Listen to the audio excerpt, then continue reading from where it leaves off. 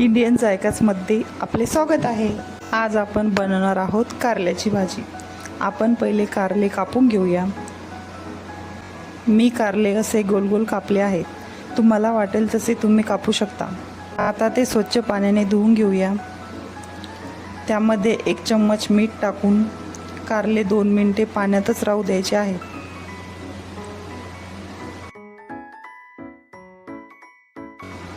कढईमध्ये थोडे तेल टाकून कारले परतून घेऊया।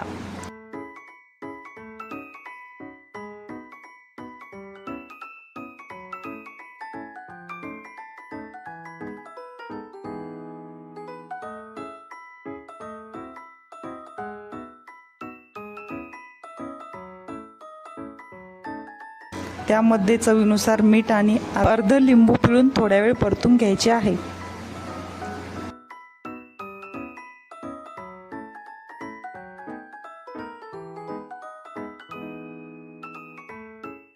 पाच 6 हिरव्या मिरच्या बारीक कापून त्या तेलामध्ये होऊ द्यायच्या आहेत।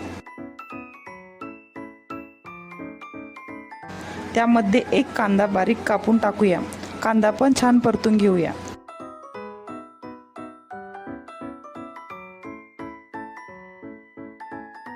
मी थोडेसे शेंगदाणे व 4-5 लसणाच्या पाकळ्या बारीक करून घेतल्या होत्या। ते वाटण आता त्यामध्ये टाकूया।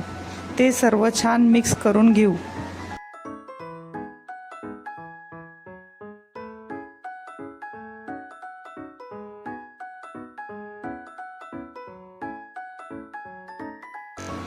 व लगेच त्यामध्ये परतून घेतलेले कारले टाकून मिक्स करून घ्यायचे आहे।